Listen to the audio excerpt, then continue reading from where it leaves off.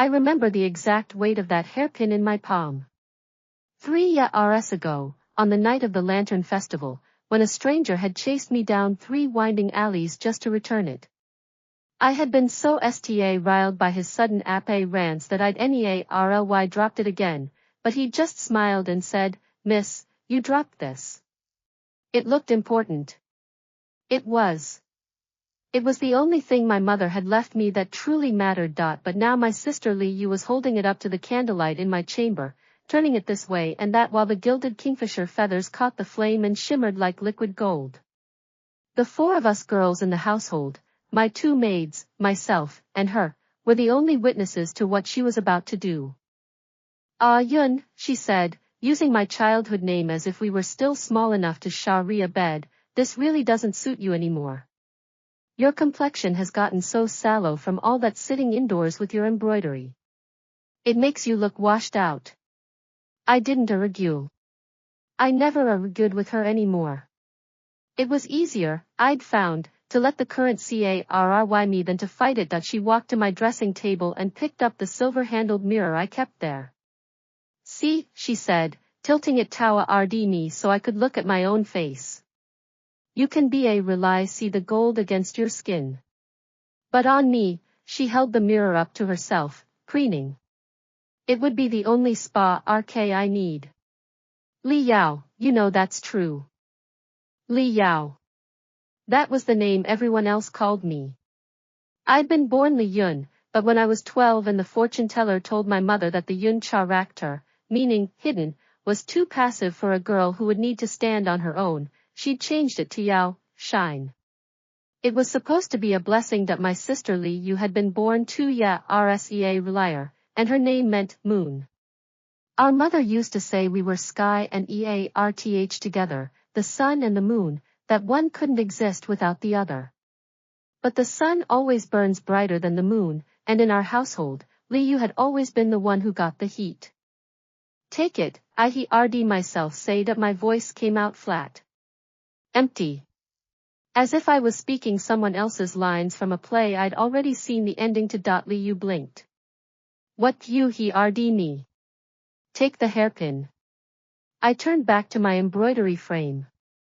I was working on a panel of peonies for the dowry of the merchant's daughter next door, and the red silk was so fine that my fingers had begun to ache from holding the needle so carefully. "I don't wear it anymore." She laughed. It was a bright, tinkling sound, the kind that made servants smile and suitors lean in. "Ah, Yun, I was just teasing. You know I would never really take something mother gave you." But her fingers were already moving. Already lifting the hairpin from the table, already tucking it into the coil of her hair.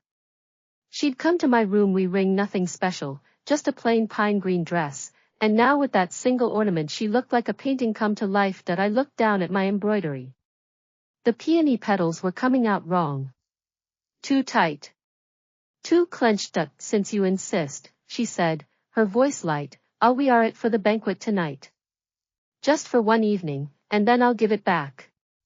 She came around to stand behind me, placing her hands on my shoulders the way she used to when we were children and I was crying over a scraped knee.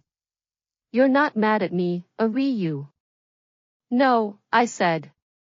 "I'm not mad." And that was the lie that root everything. The banquet was held at the Shen residence, the grand mansion 3 streets from ours where the eldest Shen son, Shen Yanji, was celebrating his promotion to the prefectural examination Boa Road.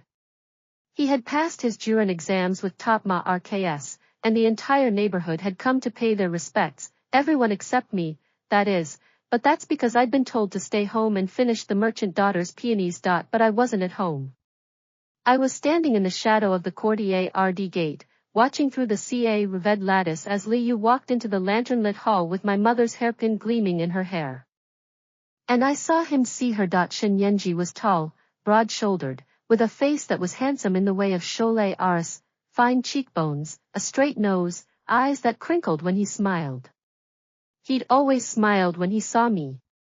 On the street, at the temple fairs, that one time he'd come to our house to borrow a manuscript from my father and I'd been in the den feeding the koi. But tonight, when he looked at Li Yue, his face went white that I saw the recognition in his eyes. The way they fixed on the hairpin, the way his fingers tightened around the wine cup he was holding. He said something to the man beside him, I couldn't hear the words, and then he was walking Tower RD across the courtier RD, through the clusters of guests, his feet rying him with the single-minded urgency of a man who had suddenly found what he'd been searching for. Miss Li, he said when he reached her, and his voice ride on the night air. That hairpin, Li Yue touched it self-consciously. Oh, this it was my mother's.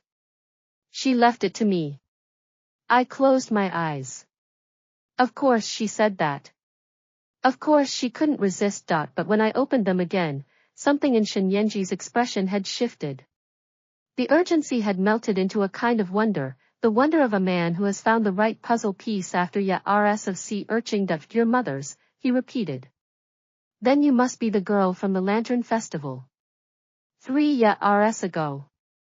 I chased you for 3 streets to return this very hairpin. Li Yue's eyebrows rose. But only for a moment. My sister had always been quick on her feet, that was her talent, reading a room and adjusting herself to fit whatever the audience wanted to. I remember, she said, and her voice had gone soft. Melting. You were wearing a blue cholet ars robe, and you were so out of breath you could be a rely speak. He laughed. It was a good laugh, and ungue ride. I had run the length of the entire market. I was terrified I'd lose you in the crowd. He shook his head, still smiling. I've thought about that night so many times. The girl in the white dress, holding that hairpin like it was made of sunlight. I never thought I'd find you again. Li Yue's hand rose to touch the hairpin in her hair. But here I am, she said, and the words were so simple, so perfect, that I almost believed her. I turned away from the gate and went home. The next week, Shen Yanji began to call. He sent poems first, the kind that Cholet rs send to read their intentions. Odes to the moon, naturally, since Li Yue's name meant just that. He wrote about silver light spilling through window lattices, about the way the moon's reflection rippled in a pond, about how the moon could be cold but could also burn. I read each one because my sister brought them to my room to read aloud. Listen to this one, Yun, she said, leaning against my doorframe with the sheet of paper held high. Her steps make the lotus flowers blush, her voice tames the evening birds. He's so dramatic, isn't he? I kept my head down over my embroidery. The peonies were finished, and I'd moved on to a pair of mandarin ducks for the same merchant's daughter. He seemed sincere. She laughed. Sincere. Men never sincere. They write pretty words because they want pretty things in return. She folded the poem refully and tucked it into her sleeve. But this one, I don't know. There's something different about him. I knew there was something different about him. I'd known it the night he'd chased me down those 3 streets and handed back my hairpin with trembling hands and a smile that looked like relief. But I also knew there was something different about my sister. The way she kept wearing the hairpin, even after that one night. The way she'd route walking slower through the courtier RD, as if savoring the path. The way she'd asked me, casually, what color dress I thought he preferred. I hadn't told her the truth. I'd told her he probably liked green, because it was the color of the Cholet ars robe he'd been wearing that night. She'd bought 3 new dresses in emerald and jade and pine. 1 month after the banquet, my mother's ghost came to me in a dream. She was young again, like in the portrait that hangs in the ancestral hall, and she was holding my face in her hands with an expression of such sorrow that I woke up gasping. Yao, she said, and her voice was a whisper of wind through rice paper. You can't give away what was meant for you. It'll break more than just your own heart.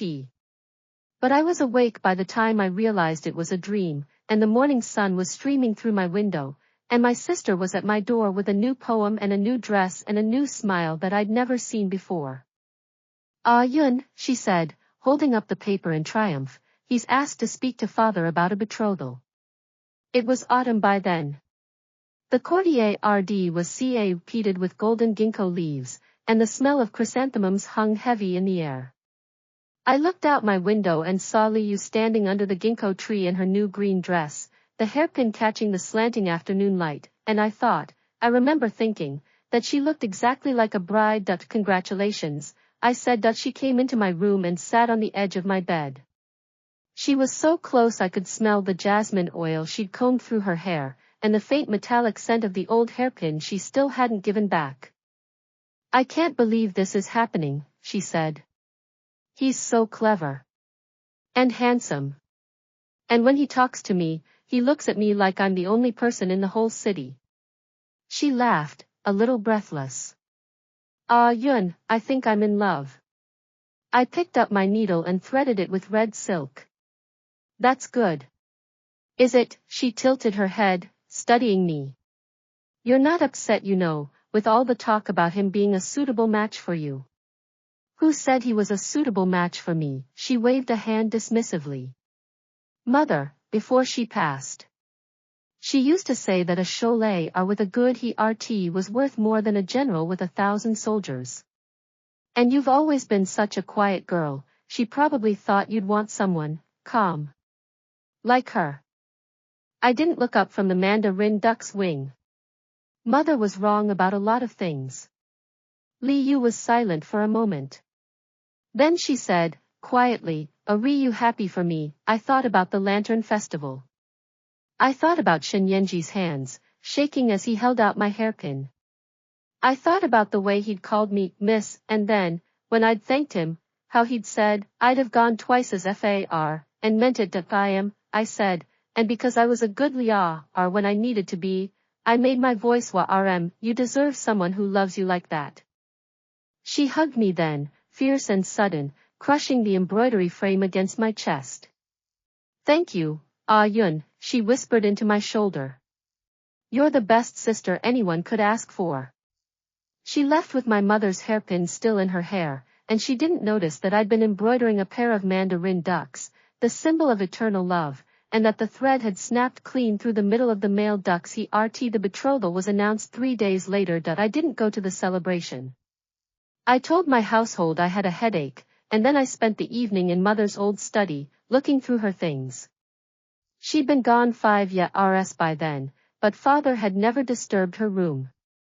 The ink brush was still dried on the rest, the half-finished letter to her sister in the south still folded on the desk. Underneath the letter, I found what I was looking for. A second hairpin. Exactly like the first. Gilded kingfisher feathers, gold filigree, the same delicate curve. But this one was missing one of the kingfisher feathers, and there was a faint crack along the base that I remembered now. Mother had worn this one, not the one I'd kept, and I'd asked her why the feathers were different. She'd said, because I kept the beautiful one for you, Yun. The cracked one is mine. That way I'll always know which one you are. She'd never said which of us she meant. I put the cracked hairpin in my sleeve and went back to my room. The next morning, when Li Yue came to show me the betrothal gifts, I noticed that the hairpin in her hair was new, golden, extravagant, clear from Shenyanji's family. What happened to Mother's hairpin? I asked. She touched her head absently. Oh, that I think I lost it. I was at the Ga Den Pa Rudy last week, and I had it in, and then. She shrugged. I'm sure it'll turn up. I nodded. Then I told her I'd been thinking of taking a trip to the south, to see Mother's family, and that I'd probably be gone for a while. Now, Li Yue's face fell. But the wedding is in 2 months. I need you here. I need you to help me with the embroideries, and the planning, and everything. I'll be back before then, I said. She didn't ask why I was going. She didn't ask what I was running from. Because my sister, for all her talents, had never been good at seeing anything that wasn't in front of her face. And I had already sta route to disappear. The night before I left, I went to the ancestral hall and lit incense for Mother. The smoke curled up in a thin column, and I watched it until it broke against the roof beams and scattered. I gave it to her, I said to the portrait. I gave her everything. The hairpin. The story. The boy who chased me through 3 streets. I gave it all, because I thought that's what you meant. I thought you wanted me to be generous. The incense stick snapped in the middle. 3 pieces fell onto the table, still smoking, burning tiny black marks into the wood. I left them there. I had nothing more to burn. The boat left the dock at dawn. I had told no one I was going. Not my father, who had already retreated into his study with his wine and his memories. Not the servants, who would have tried to stop me. Not Li Yue, who was busy measuring herself for wedding robes and had really noticed I was packing. Only Chuanqing knew. She was my personal maid, a girl of 16 with round cheeks and steady hands, and she had been with me since I was 7. She knelt at my feet as I stepped onto the gangplank, grasping the hem of my traveling cloak with both hands. Second miss, she said, her voice cracking. Please don't go. What will I tell the family? What will I tell the young mistress? I reached down and touched her hair. It was soft and black, the same color as mine had been before I'd root pulling it back so tightly. Tell them I went to visit mother's people in the south. Tell them I needed to see the place she grew up. She shook her head, tears spilling down her cheeks. But you know that's not true. The old mistress's family disowned her when she married your father. There's no one left to visit. That was true. Mother's people had been silk merchants from Suzhou, wealthy enough to buy half the city, and they'd cut her off completely when she'd chosen a penniless Cholet or over the arranged match they'd picked. By the time I was born, she had no one left but us. But I had to go somewhere. Anywhere. The walls of our household had root to close in around me like the sides of a coffin. Then tell them I needed to see the river, I said. Tell them I wanted to count the boats. I peeled her fingers gently from my cloak. You take care of yourself, Chuanqing.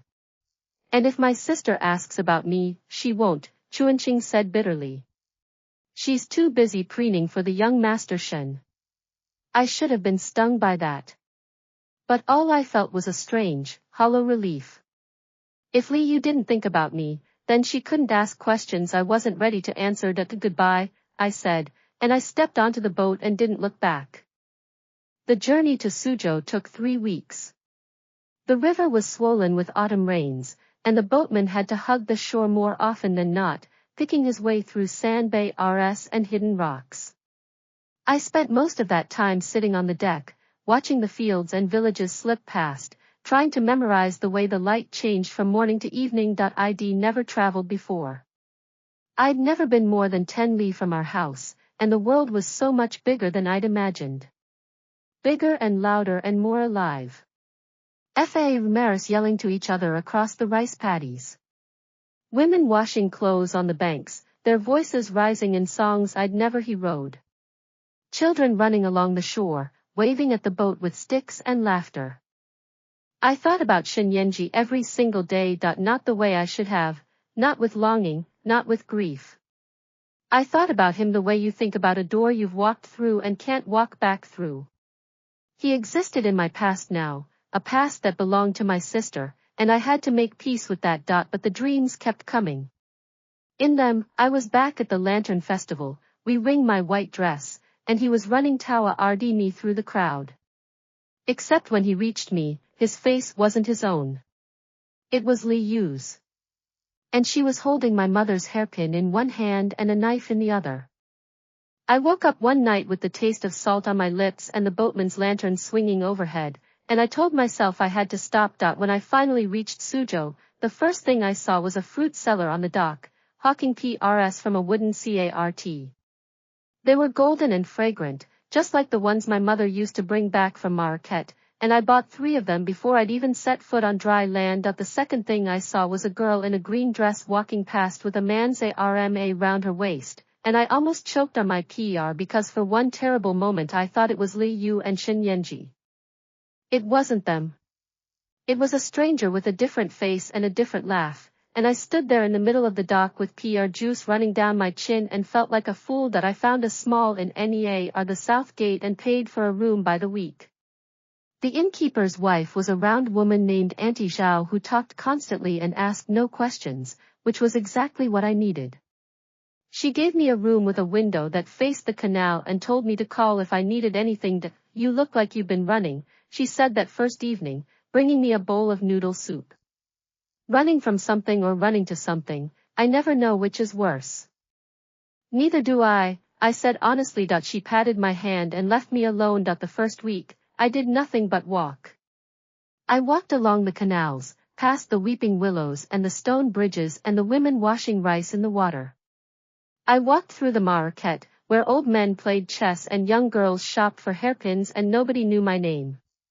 I walked until my feet blistered and my legs ached and my thoughts finally, mercifully, fell silent. The second week, I sta route to look for work. I'd brought some embroidered pieces with me, samples of my work that I'd tucked into my bundle at the last moment.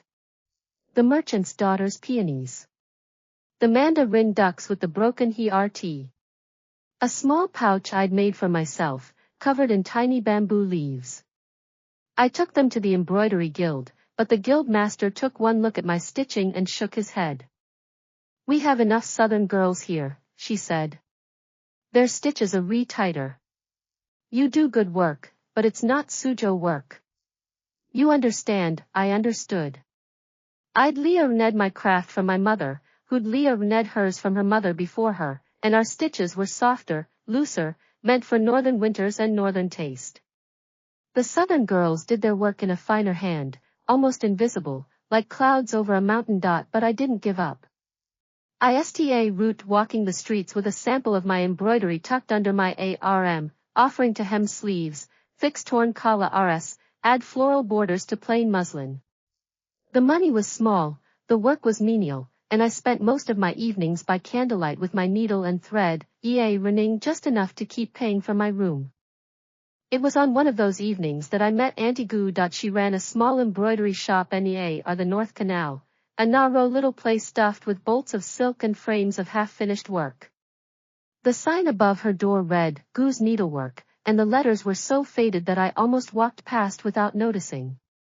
But Auntie Zhao had told me about her, said she was a widow with a temper and a good eye, and that if anyone in Suzhou would take a northern girl under her wing, it would be her. I walked in, and she was standing at the counter with her back to me, holding a piece of silk up to the light and squinting at it. Don't want any, she said before I'd even opened my mouth. I haven't asked for anything yet.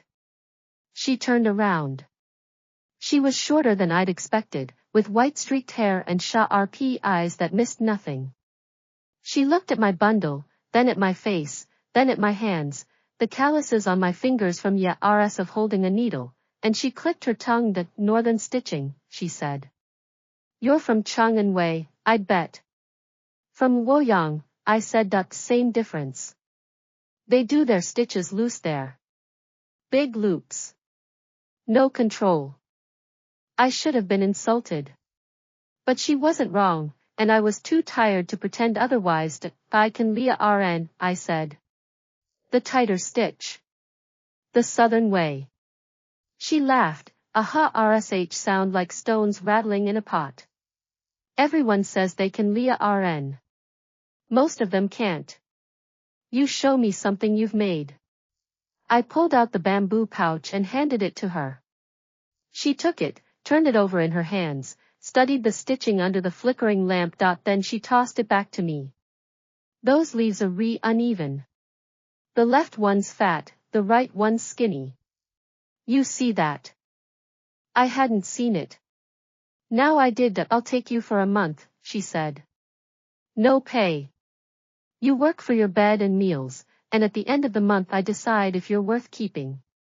Yes or no, I said yes before she'd finished the sentence. That was how I became Auntie Gu's apprentice, the only one she'd taken in years. She was tough and demanding and never gave a compliment without a criticism following close behind. But she was also fair, and she knew her trade better than anyone I'd ever met. She taught me the southern stitch. The way to hold the silk so it didn't pucker. The way to angle the needle so the thread lay flat. The way to leave just enough slack so the embroidery breathed, even when it was tight enough to hold water. You northern girls work like you're fighting the fabric, she said one afternoon, pulling a length of crimson silk taut on my frame. Like you want to beat it into submission. But silk is alive. It moves. You have to work with it, not against it. I practiced until my fingers bled. I practiced until I could stitch a plum blossom so fine that the petals looked like they'd grown on the fabric. I practiced until my work sta route to look like something I might be proud of. But I didn't stop thinking about home. The letters came, irregulé RLY, sent by Chuanqing and passed along the riverboat route. She wrote about the wedding preparations, the constant stream of gifts, the way Li Yue had grown so restless that she'd taken to snapping at servants. She wrote about father, who still spent his days in the study, and about the household, which had sta route to feel empty with me gone. And sometimes she wrote about Shen Yanji. About how he came to call Nearly every day, how he brought Li Yue little presents, boxes of sweets, bolts of silk, a new brush for her calligraphy practice. How he seemed genuinely happy, but how his eyes sometimes wandered to the gate, as if he was expecting someone else.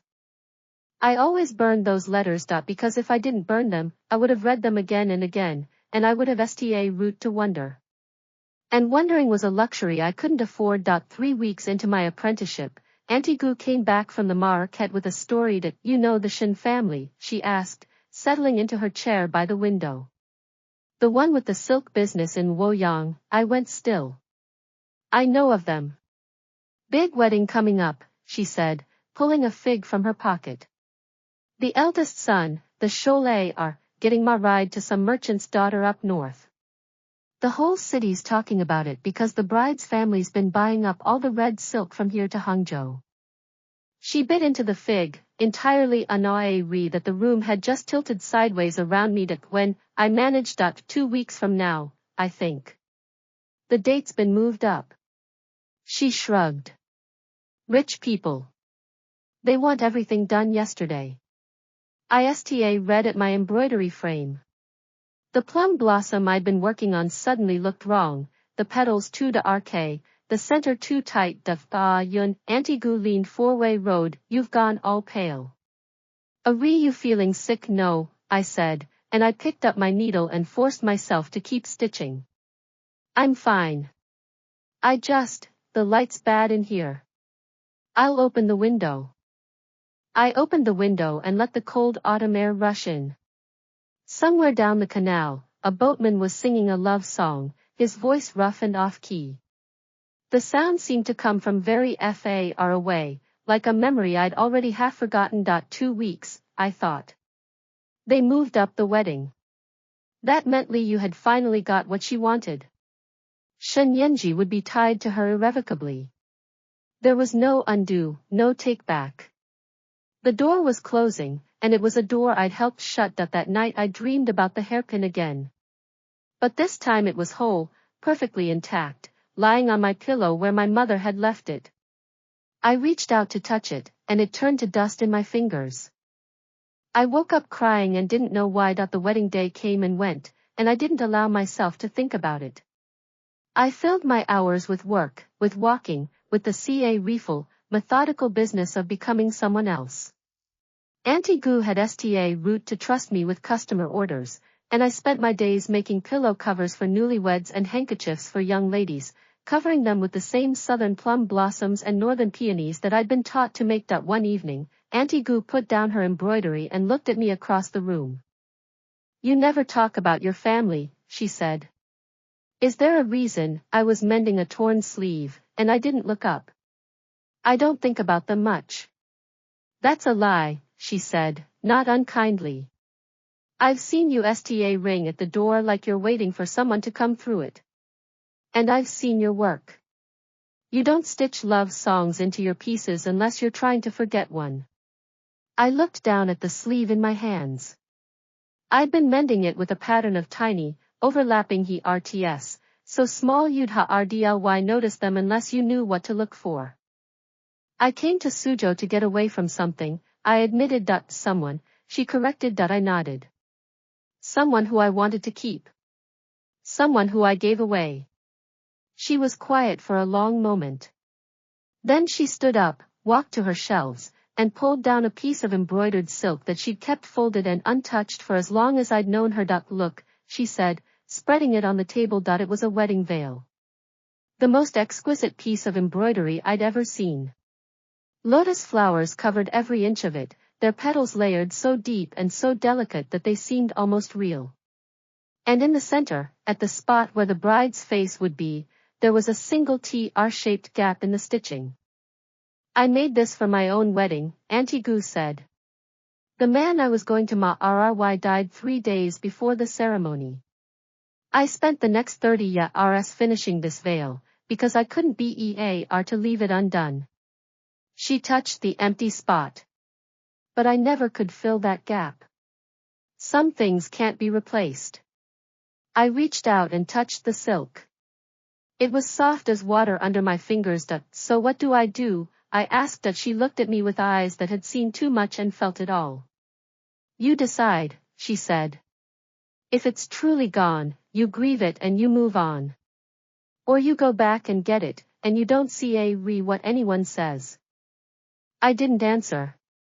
But that night, I sat by the window and watched the boats float past on the canal, and I thought about a night 3 years ago when a stranger had chased me through 3 streets to return a hairpin that had fallen from my hair. And I thought about the way he'd smiled when I'd taken it from him. Like I was something precious. Something worth chasing. I hadn't felt that way since. But I was still young. I was still breathing. And the door I'd shut might not be locked after all. The letter arrived on a Thursday, wrapped in oilskin and tied with a strip of blue cloth that I recognized immediately. It was the same cloth Chuanqing used to bind her hair, a cheap cotton that she dyed herself with indigo from the market.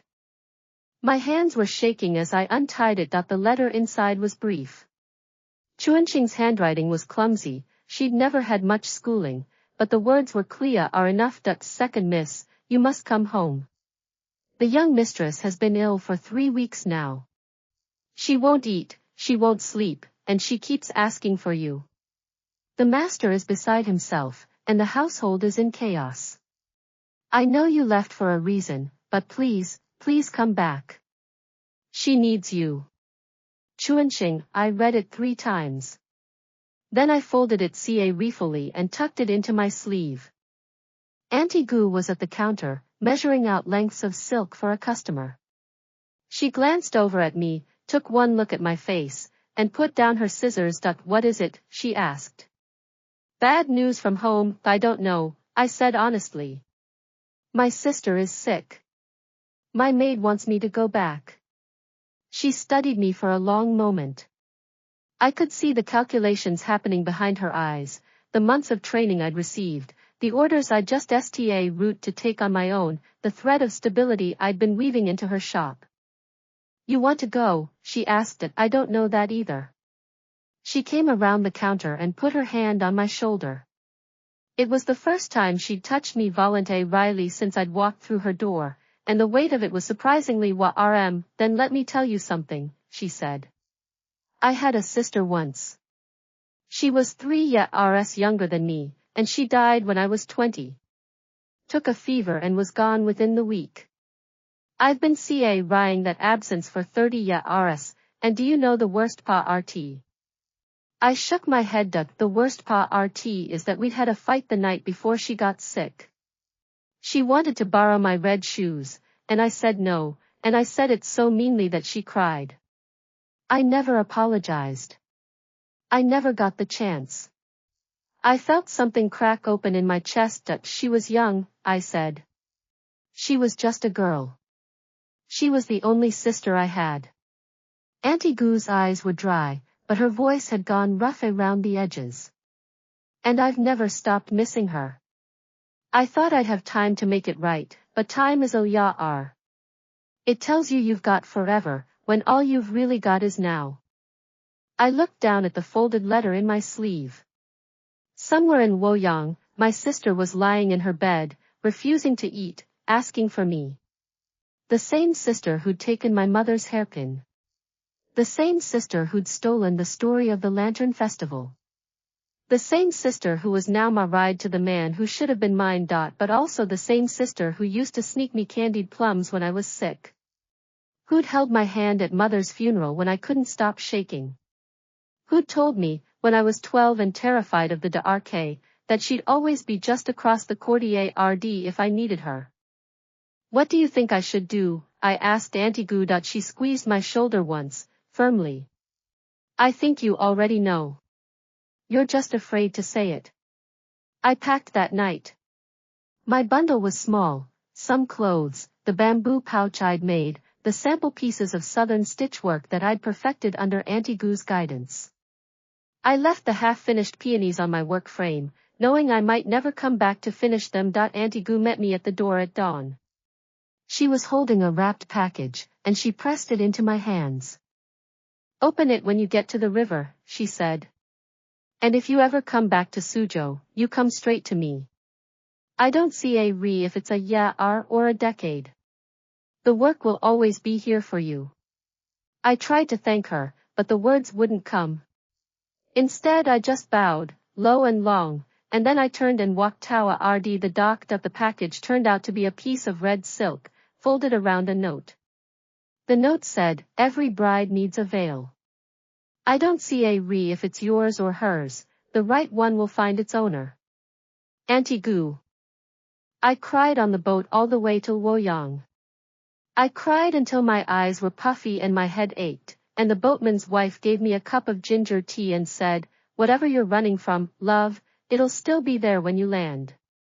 Might as well stop crying now and start fighting. She was right, of course. She was always right. Old women always were. The journey back took less time than the journey out, because the river was in my favor this time and the boatman knew the shortcuts. 12 days of watching the landscape change from southern softness to northern severity, from green hills to brown fields, from weeping willows to red elms. 12 days of rehearsing what I would say when I walked through our front gate. I never got the chance to rehearse enough. When I arrived in Luoyang, the first person I saw was Chuanqing, standing at the dock with a basket of apples she'd been selling to pay for her passage downriver. She dropped the basket when she saw me, and apples rolled everywhere, and then she was running and I was running and we crashed into each other like two ships colliding on the river. You came back, she said into my shoulder, and she was crying so hard she was shaking. Second miss, you came back. Of course I came back, I said. You asked me to. She pulled back, gripping my arms with her thin fingers. She's so sick, second Mississippi. The doctors don't know what's wrong. They say it's some kind of wasting illness, but I don't think it's illness at all. I think she's just given up. Given up. The words hit me like a slap. My sister, who'd never given up on anything in her entire life. Who'd fought tooth and nail for every scrap of attention, every bit of affection, every treasure she'd ever wanted. That sister, given up. Take me to her, I said. We walked through the familiar streets, past the familiar shops, past the familiar gate of our household. Nothing had changed, and yet everything felt different. The servant who opened the gate read at me like I was a ghost. The courtyard felt smaller, the ginkgo tree that had dropped its leaves months ago now re and skeletal. Father wasn't in his study. He was in the main hall, pacing back and forth with a cup of wine in his hand, and when he saw me he stopped so abruptly that wine sloshed over his knuckles. Yao, he said. Just my name, but the way he said it made my throat ache. I came back, Father. He set down the cup and crossed the room in 3 quick strides.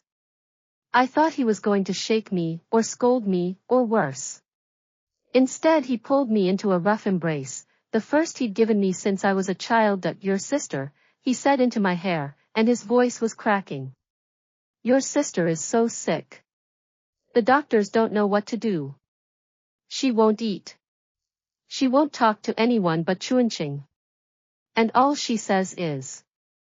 He couldn't finish the sentence. What does she say? I asked. He pulled back and looked at me with red-rimmed eyes. She says she lost something. Something she can't find. And she keeps saying it over and over, like a prayer. I didn't ask what it was. I knew Li Yue's room was at the east end of the courtyard, the one with the most sunlight. But when I walked in, the curtains were all drawn, and the room was dark and close. The air smelled of medicine and sweat and something else, something sour that I didn't want to identify. She was lying in bed with her eyes open, sta ring at the ceiling. Her face had gone hollow, her cheekbones sharp enough to cut paper, her collarbones jutting out like rocks. The green silk of her bedclothes hung loose on a frame that had once been plush and healthy. You, I said softly. She didn't respond. Her eyes didn't even flicker. I walked to the side of her bed and sat down on the edge. From this close, I could see the sunken veins in her temples, the cracks in her dry lips, the way her hand lay limp on the quilt like something already dead. I came back, I said. Chuanqing sent for me. She said you were asking for me. Still nothing. I reached out and took her hand. It was cold, and so light that I could have lifted it without any effort at all. Li Yue, it's me. It's Yun. I know you can hear me. Her fingers twitched, just slightly, against my palm. I stayed there for a long time, just holding her hand. The minutes stretched into an hour, then 2. I watched the shadows move across the room as the sun traveled overhead. I listened to her breathing, shallow and uneven, like a bird with a broken wing. Finally, when the light had gone orange and golden, she spoke. You came back. Her voice was a whisper, ba rely there. But I heard it. I came back, I said. She turned her head, slowly, painfully, until her eyes met mine. They were cloudy and dark, and there was something in them that I'd never seen before. Not sadness. Not anger. Something more like shame. I tried, she said. I tried to be happy. I tried to be the bride he wanted. But every time he looked at me, I knew. I always knew. Knew what? Her hand tightened around mine. It was a ghost of a grip, but it was there. He was looking for you, she said. On our wedding night, he called me your name. He said, Yun, in his sleep, and she choked on the words. I knew then. I knew I'd stolen something that was never meant to be mine. I didn't say anything. I couldn't. Did you know? She asked. Did you know he loved you when you gave me the hairpin, when you told me to take it? Did you know what you were giving away? I thought about the Lantern Festival. I thought about the way Shen Yanji had chased me through 3 streets. I thought about the way he'd looked at me when I'd thanked him, like I was the only person in the whole crowd. Yes, I said. I knew. She closed her eyes. A single tear slid down her cheek, leaving a clean track through the dirt and salt. Then why did you let me take him? The question hung in the air between us, heavy and sharp as a blade. I could have said something kind. I could have said I wanted her to be happy, or that I thought she deserved him more, or that I'd convinced myself it was for the best. But I'd spent months running from the truth, and I was done running. Because I was angry, I said. Because you took my mother's hairpin and you didn't even ask. Because you always took everything you wanted, and I was tired of being the one who gave. I gave him to you because I wanted you to see what it felt like to have something that wasn't really yours.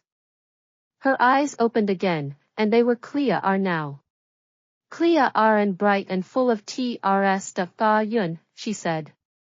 I'm sorry. I should have said it back.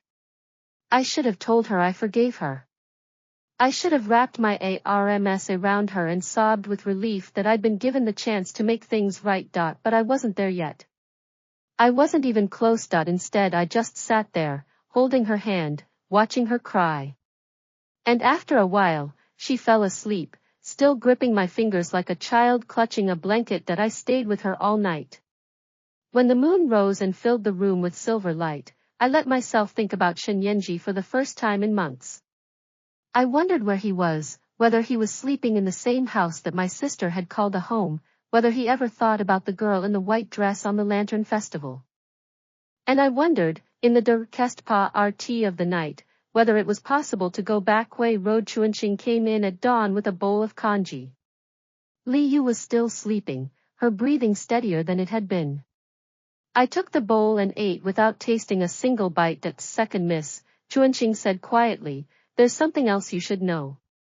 What? She glanced toward the door, as if checking that no one was listening. The young master Shen, the one my mistress is married to, he's been coming to the house every day. Not to see her. He comes to the main hall, and he sits with your father, and he asks about you. I set down the congee bowl.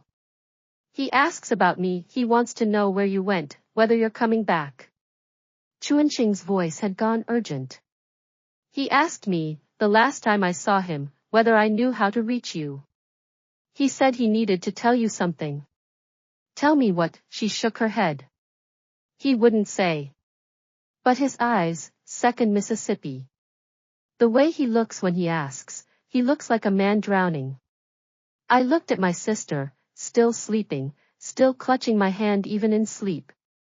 Her fingers had gone lax, but the grip was still there, like she was afraid I'd disappear if she let go. You'll stay with her? I asked Chuanqing. Of course. But where are you going? I didn't answer. I just gently, ruefully, pried my fingers from Li Yue's grasp. Then I stood up, straightened my traveling cloak, and walked out the door. The sun was just rising over the courtyard walls, painting everything in shades of gold and pink. It was going to be a warm day, a good day. The kind of day that made you believe anything was possible. I walked toward the main hall, and I didn't slow down until I reached the door. Shen Yanji was there. He was sitting in the chair by the window, the one my mother used to favor, and he was ring out at the courtyard with his hands hanging loose between his knees. He looked thinner than I remembered, and there were shadows under his eyes, and his choléar's robe was rumpled, like he hadn't been taking care of himself. He turned when he heard my footsteps. And when he saw me, standing in the doorway, he stood up so fast that he knocked over his chair. Pa Yun, he said. Just my name. Just that. But he said it the way you'd say something sacred. Hello, Shen Yanji, I said. I heard you were looking for me. He didn't move.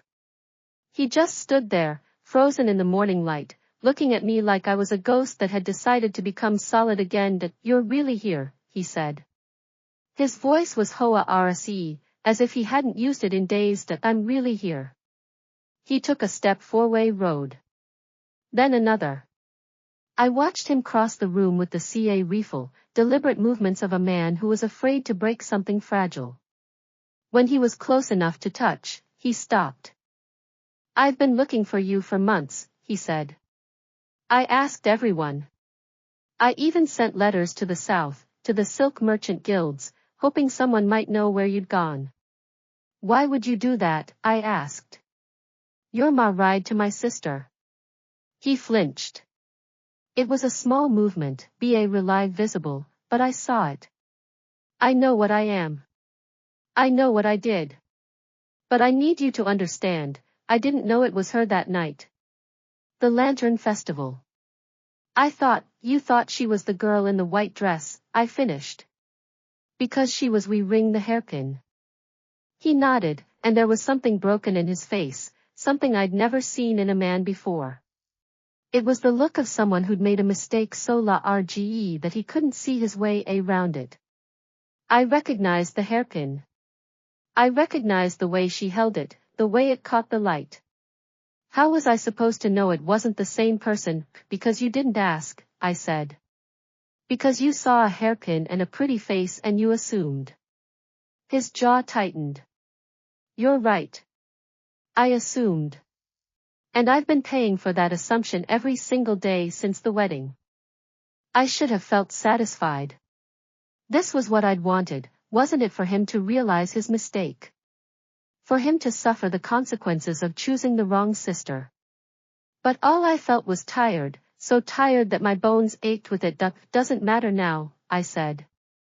What's done is done. My sister is sick, and I came back to take care of her. That's all. She's sick because of me, he said. She knows, Yun. She's known since the wedding night, when I called out your name in my sleep. She looked at me with those eyes of hers, and I could see it, the exact moment she realized I'd never love her the way she wanted. I closed my eyes. I didn't want to hear this. I didn't want to know about the cracks in their mariage, about the nights spent in separate beds, about the slow poison of being married to someone who wished you were someone else. That you should go home, I said. You shouldn't be here. She needs you. She doesn't want me, he said bitterly. She told me that herself.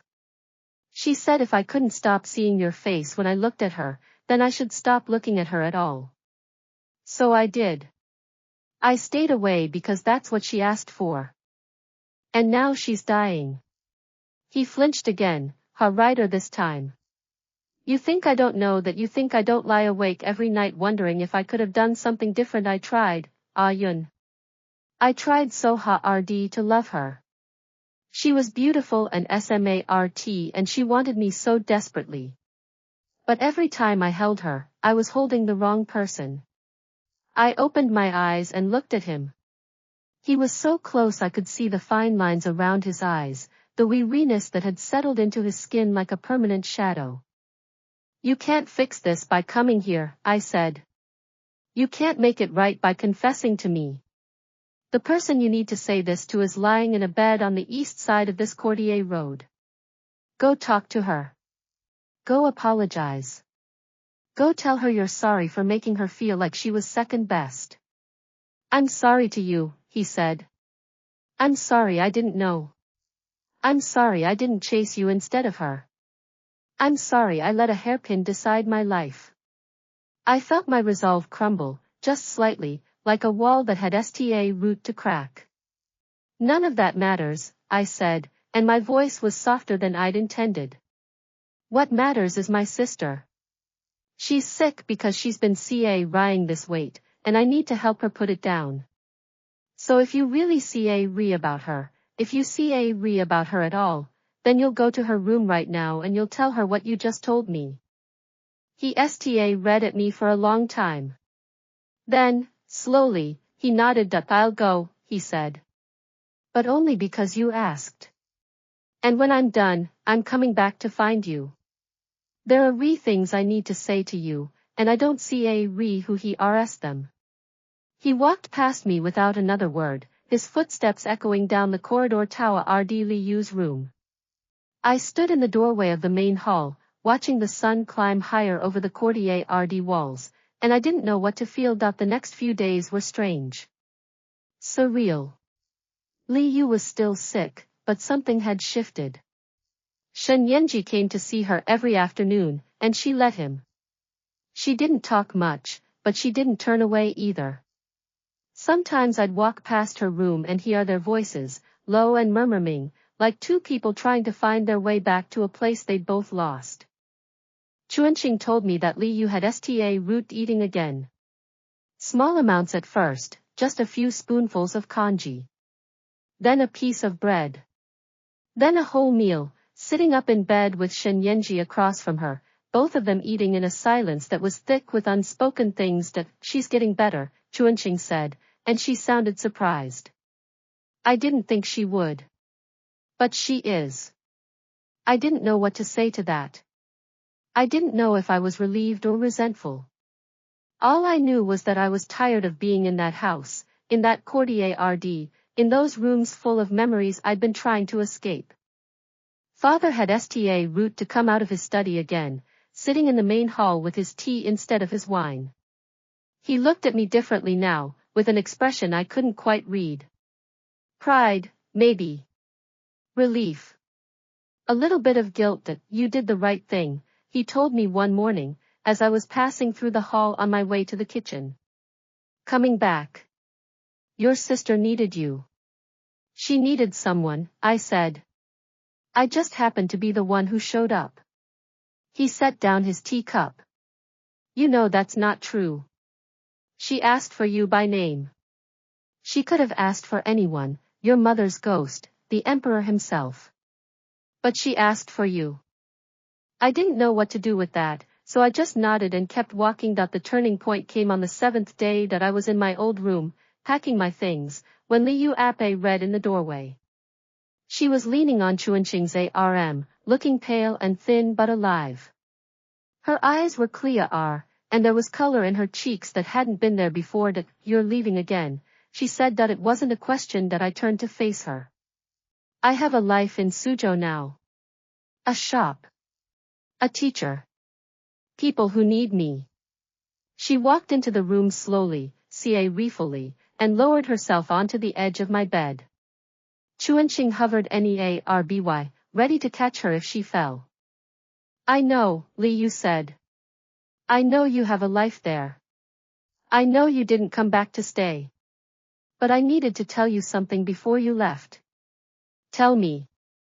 She looked down at her hands, which were folded in her lap. They were still too thin, the bones too visible, but they were steady. "That I've spent my whole life wanting what you had," she said.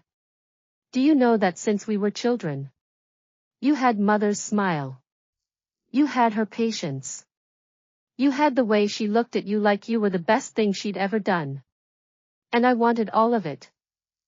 "I didn't know," I said. "I never knew. Because you didn't notice. You were too busy being the good one, the quiet one, the one who never asked for anything." She looked up at me, and there was something raw in her expression. "I hated you for that. I hated you for being so easy to love." The words hung in the air between us, sharp and jagged. I felt them land somewhere deep in my chest, in the place I kept all the things I'd never let myself feel. "I didn't want to be easy to love," I said. "I just wanted to be loved." Li Yue's eyes filled with tears. "I know. And I made it so you couldn't have that. I took the hairpin. I took the story. I took Shenyanji. I took everything I could get my hands on, and I thought it would fill the hole. But it didn't. It just made the hole bigger." I walked over and sat down beside her. Our shoulders touched, just rely, but it was enough. "I don't know if I can forgive you," I said. "I want to. I want to be the kind of person who can just let go of all of it and start over. But I'm not there yet." "That's okay," she said. "I don't deserve forgiveness. Not yet. Maybe not ever. But I can try to earn it." "How?" She reached into her sleeve and pulled out something small and wrapped in silk. She unfolded the silk to reveal my mother's hairpin, the one she'd taken, the one she'd claimed as her own. The gilded kingfisher feathers were slightly bent, and there was a tiny scratch on the gold base, but it was whole. "I found it," she said. "I knew I'd lost it at the Den Parudi, but I didn't want to admit it. I made everyone see RCH for weeks. And when they found it, I hid it because I couldn't bear to give it back." She held it out to me, her hand trembling. "But it's yours. It was always yours. Take it." I looked at the hairpin in her palm. 3 years ago, I'd held it on a street corner while a stranger caught his breath. 3 years ago, I'd worn it in my hair and felt like a princess. 3 years ago, I'd given it to my sister because I thought it would make her happy. Now I reached out and closed her fingers around it. "No," I said. "You keep it." She read at me. "But, it was never about the hairpin," I said. "It was about the story. And the story doesn't have a happy ending if it ends with me taking something back. You keep it. We are it. Remember what it cost you." She root to cry. Not the quiet TRS of before, but huge, racking sobs that shook her whole body.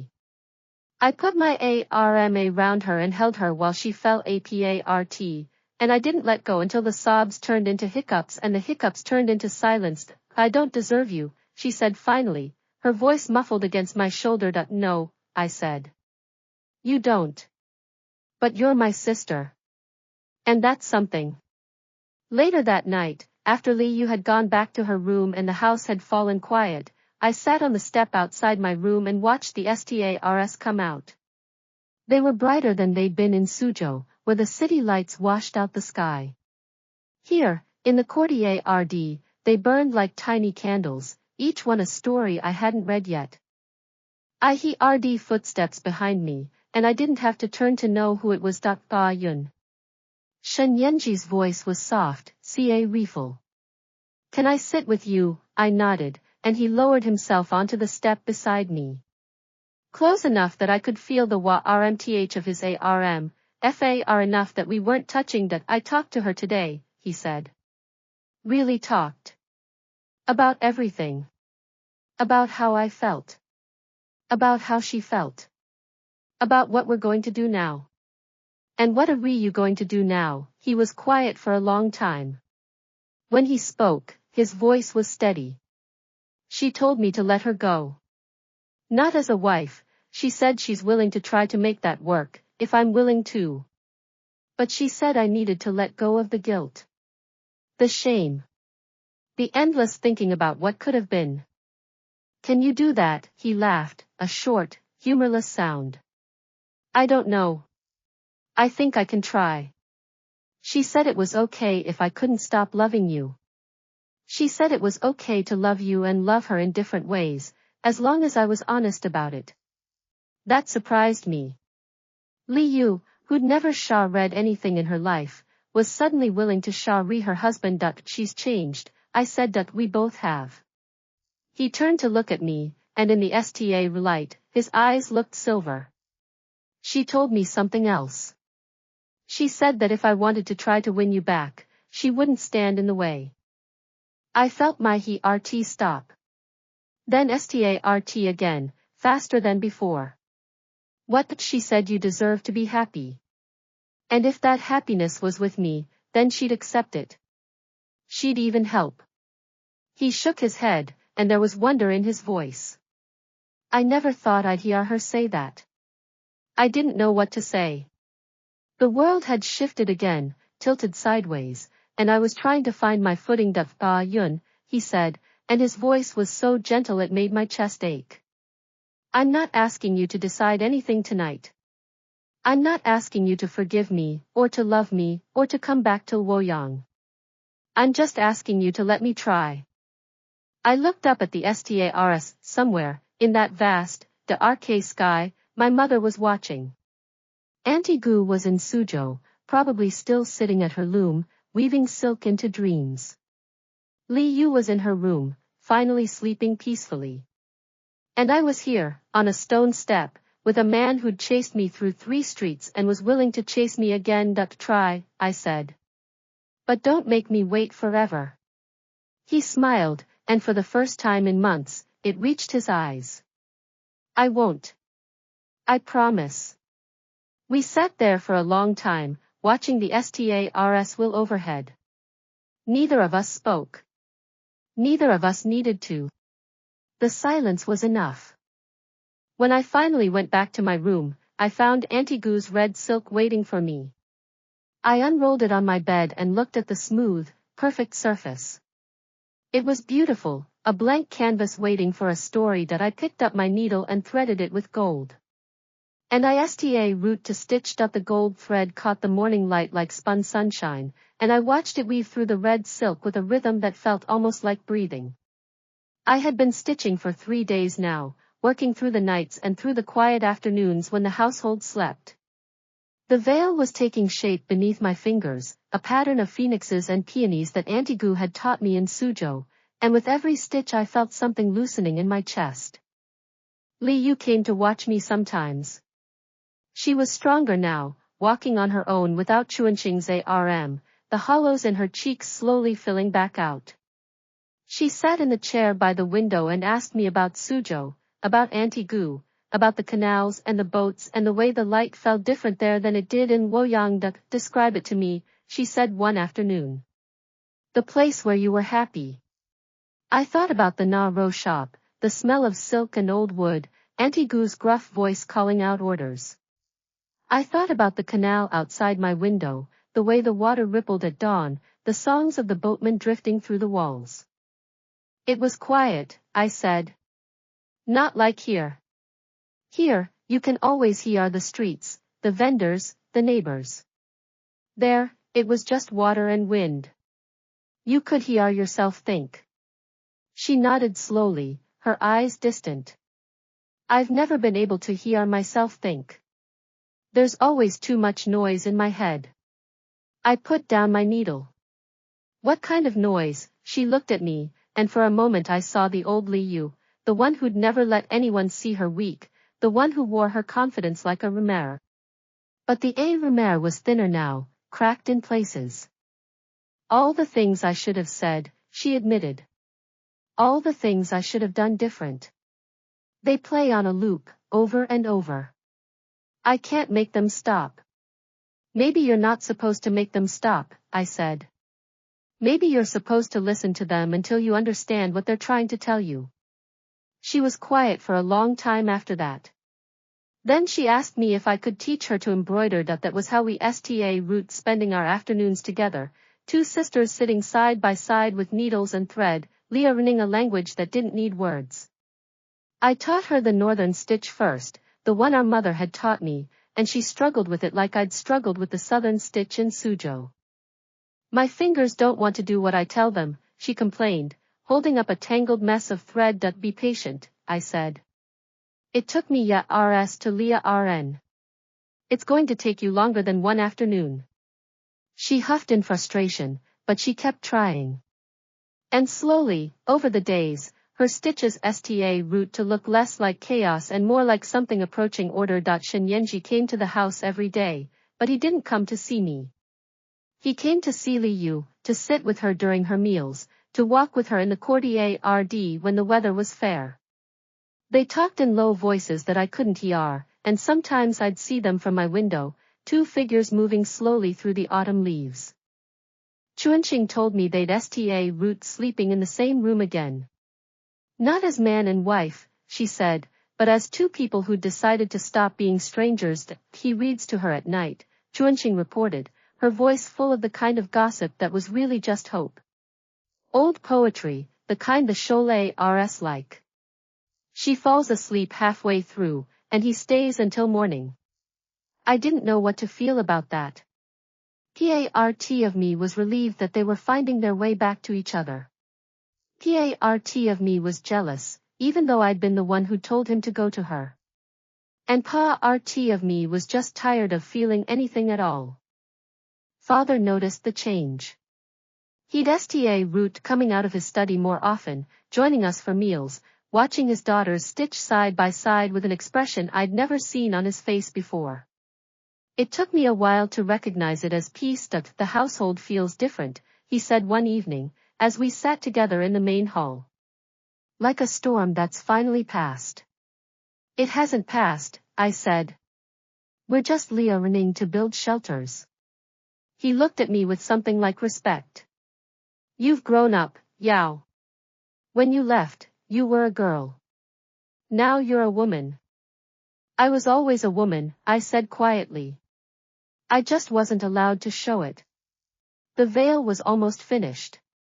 The phoenixes were done, their tails sweeping across the silk like flames. The peonies were in full bloom, layered and lush, the petals so detailed they seemed to catch the light from every angle. All that was left was the center, the spot where the bride's face would be. I'd been saving that spot for days, unsure of what to put there. Auntie Gu's veil had a gap there, an emptiness that she'd never been able to fill. I didn't want mine to have a gap. I wanted it to be whole. But what did whole look like? I was still ring at the empty space when Li Yue came into my room. She'd taken to walking without knocking, and I'd taken to not minding. She sat down beside me, looked at the veil, and let out a soft gasp. Yun, she breathed. It's beautiful. It's not finished. But the phoenixes, the peonies, they're so alive.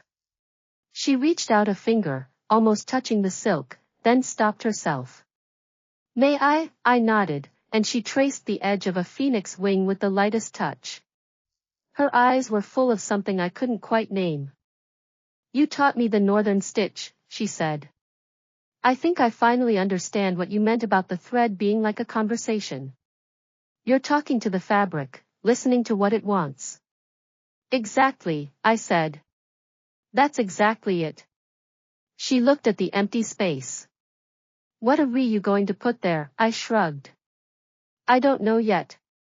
I've been waiting for it to come to me. She was quiet for a moment. Then she said, "Can I help?" I turned to look at her.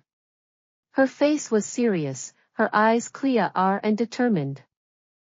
"Help me with the embroidery, help you with the veil," she said. "I know I'm not good at it. My stitches are too loose and my lines crooked. But I want to try. I want to put something in that space, even if it's just one stitch. I want to be a part of it." I thought about it. The veil was supposed to be perfect, flawless, a gift that would last forever. Li Yue's stitches were anything but flawless. But maybe that was exactly what it needed. "All right," I said. "But you have to do exactly what I tell you." She nodded, and I put the needle in her hand. The first stitch was terrible. The thread bunched up, the fabric puckered, and she pulled too tight.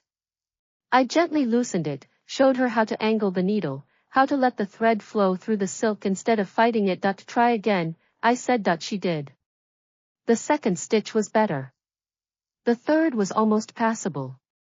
By the time the sun had set, she'd made a line of stitches that could almost be called a flower petal. "It's not perfect," she said, looking at her work with frustration.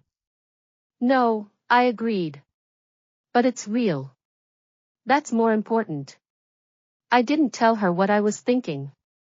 I didn't tell her that I'd been trying to make the veil perfect because I thought that was the only way to make it right. But I'd been wrong. The veil didn't need perfection. It needed truth. And truth was messy. Truth was Li Yue's crooked stitches next to my perfect ones. Truth was two sisters working on the same piece of silk, not competing, not fighting, just doing what they could with what they had. She came back the next day, and the day after that. We worked on the veil together, hour after hour, building something in the empty space. It wasn't a phoenix or a peony. It was something simpler, a spray of plum blossoms, like the ones that grew in the courtyard road. Li Yue did the stems with her crooked stitches, and I did the blossoms with my fine ones. "The stems are supposed to be straight," she complained. "They're not straight," I said. "They're wobbly. But that's what makes them look like real plum branches. Real branches aren't straight." She squinted at her work, then back at the plum tree visible through the window. "Ha! You're right. I'm always right." She laughed. It was the first time I'd heard her laugh in months, and the sound of it made something bloom in my chest. It was Shin Yenji who told us it was time. He came to my room one evening, after Li Yue had gone back to her own chamber. He looked nervous, fidgeting with the sleeves of his robe, and he wouldn't quite meet my eyes.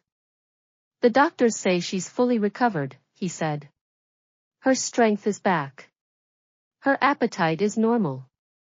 They don't see any reason she can't live a long, healthy life."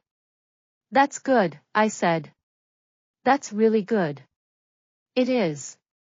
He paused, then took a breath. "But she can't go on like this. We can't go on like this.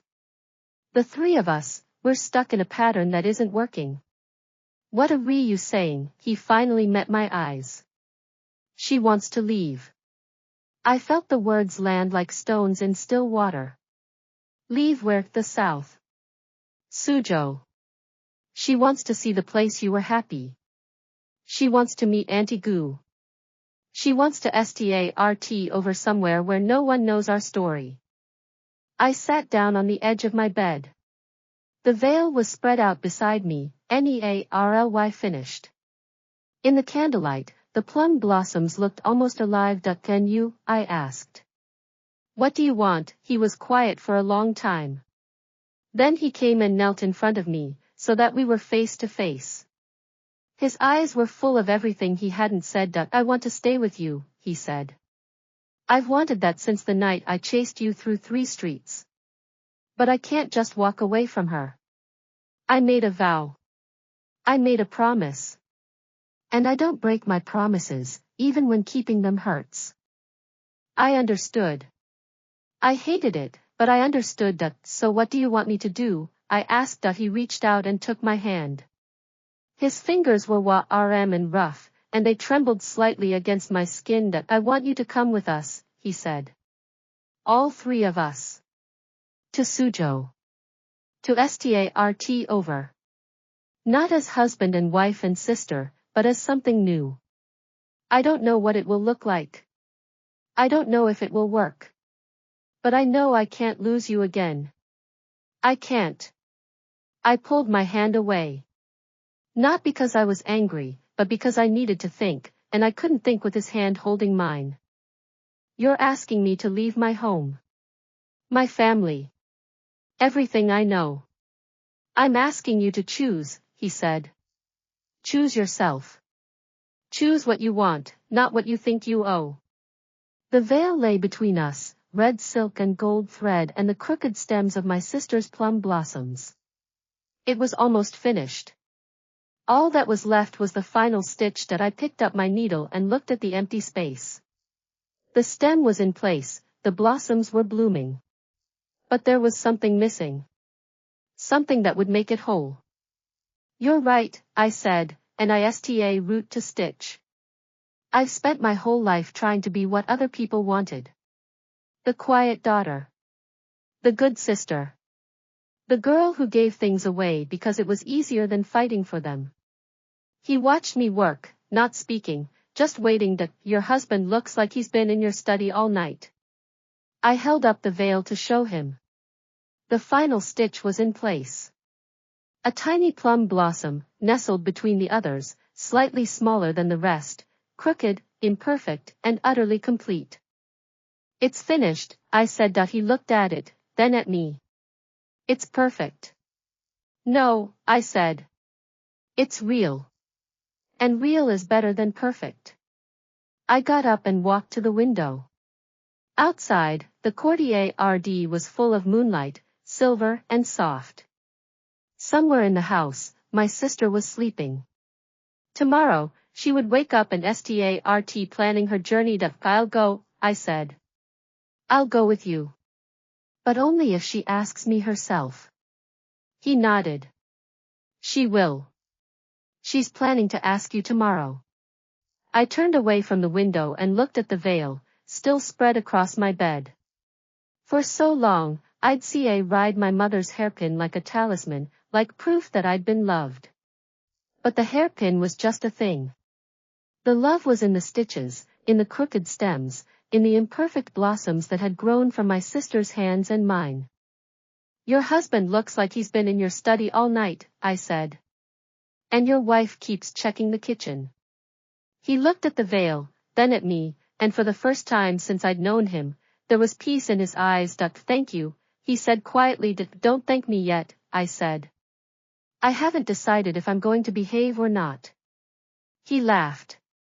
It was a good sound, full of relief and joy and just a little bit of surprise. Yun, he said, I don't want you to behave. I want you to be exactly who you are. I smiled. It was the first time I'd smiled like that in a long time, not forced, not polite, but real. Get out of my room, I said.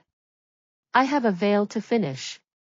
He left, and I sat down at my desk and picked up the veil. The final stitch was done, but there was something else I needed to add. Something that would make it ours. I took out my scissors and cut a small piece of the red silk.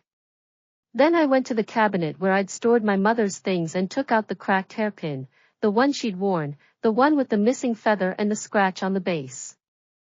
I tied the piece of red silk around the hairpin stem and tucked it into my sleeve. The next morning, my sister came to my room, looking nervous and determined. She sat down on the edge of my bed and took a breath. Yun, she said, I'm going to Suzhou. I want to go to the place where you were happy, and I want to find my own happiness there. I don't know how, and I don't know if it's possible. But I have to try. I know, I said. Shen Yanji told me. She looked at me, waiting. I pulled the hairpin from my sleeve, the cracked one, the one with the red silk tied around it, and held it out to her. Take this, I said. It was Mother's. The one she wore, not the one she gave me. It's cracked, and it's missing a feather, but it's still beautiful. Just like you. She read at it, her eyes filling with tears. Ah, Yun, I'm coming with you, I said. All three of us, together. We're going to go to Suzhou, and we're going to figure out how to be a family. A real one. And then I'm going to find Auntie Gu, and I'm going to show her the veil I made, and I'm going to tell her. I stopped, because my sister was crying. And then I was crying, and we were holding each other like we hadn't done since we were children. Your husband looks like he's been in your study all night, I said into her hair, and the absurdity of it made her laugh through her tears. Your wife keeps checking the kitchen, she said. He's checking the kitchen, he's teaching the new CK how to make your favorite soup. I pulled back and looked at her. Her face was wet, but she was smiling. It was the realest smile I'd seen on her face since before our mother died. Then I guess we're all going to Suzhou, I said. And we did.